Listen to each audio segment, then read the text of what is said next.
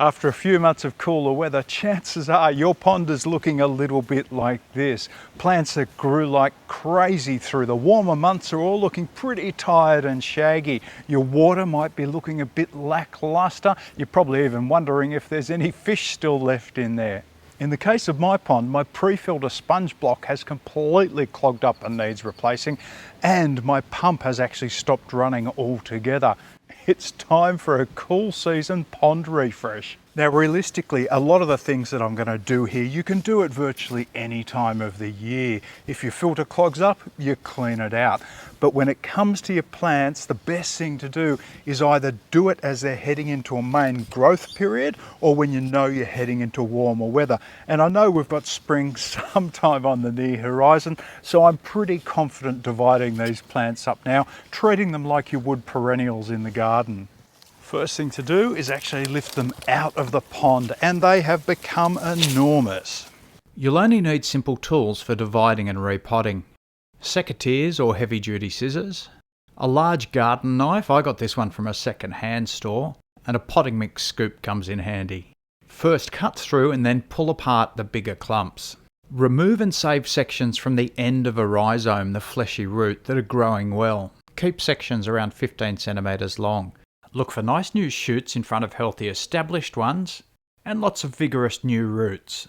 I'm repotting into these water plant baskets. They're perforated all round to maximise the plant's access to dissolved oxygen and nutrients.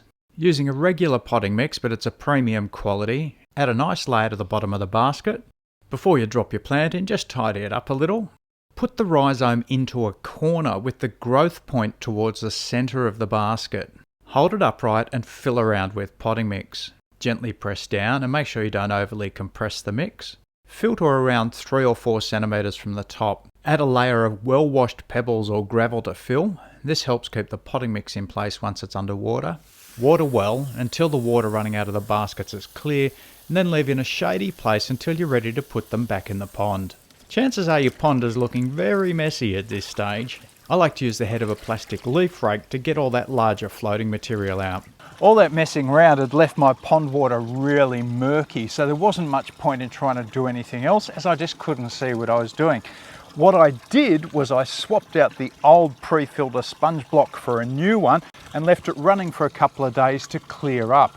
Then I took that new sponge off, gave it a clean up and put it back on, and I could get on with everything else I wanted to do. This device, the little pond sucker, is an awesome way to clear out silt and fine material from your pond bed. It uses water from your garden hose to create a suction, like a vacuum cleaner, that just slurps up sludge and silt and discharges it into your garden. And now's a good time to pop those repotted plants back in.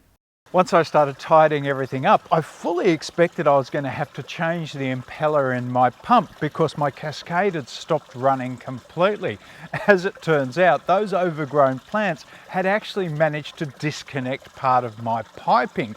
So once I got all the plants out of the way, I was just able to connect everything back up and it's back to running perfectly. Impellers need to be changed around about every 12 months or so, but that will vary based on your water quality and the load that your pump is under. Your impeller is the moving part within your pump, so it is subjected to a lot of stress and strain. They are, however, a very easy part to change over. Now you want to siphon out some water. Take it down by around 1/3 to 1/2, and then fill it back up again. Now, it may seem kind of weird to be emptying that water out and then putting new water back in, but think of it like opening a window in a stuffy room. It's not that there's technically anything wrong with the air, it's just that you want to freshen it up, and it's the same with your pond water. It's really important that you use a water conditioner every time you add fresh water to your pond. Now, this is because tap water contains a range of chemicals that make it safe for us to drink, but can be quite harmful for fish and frogs and microorganisms in your pond. The water conditioner will neutralise those potentially harmful chemicals. With all of this exchanging of water and replacing your pre-filter sponge block, chances are you've lost a lot of the beneficial microorganisms that normally live within the ecosystem of your pond. Now, thankfully, they're as easy to replace as it is for you to take a probiotic. And if you've had any problems with algae, now is the ideal time to be using a pre-treatment to stop any problems before they start as the weather warms up. And that's it, back to looking gorgeous and just waiting for spring for those plants to bounce back to life. Aquapro, helping you create a bit of brilliance in your own backyard.